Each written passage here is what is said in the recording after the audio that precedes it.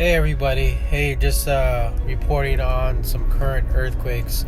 Looks like there was a 5.2 magnitude that hit Taiwan. This is the affected areas are Japan, Taiwan.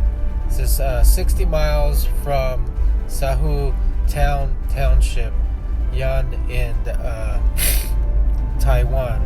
So 5.2 magnitude that hit.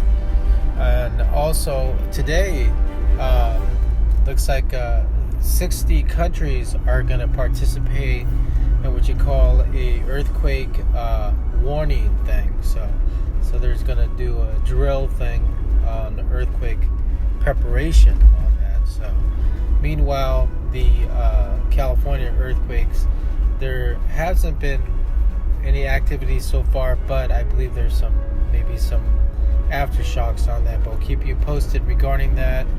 Make sure you have some water and some evacuation plans for this earthquakes to happen, and definitely be prepared for that. So we'll keep you posted regarding this, and keep safe. Mahalo. Thank you for watching. Please subscribe to us on YouTube. If you like, donate to us, visit home on the page PayPal.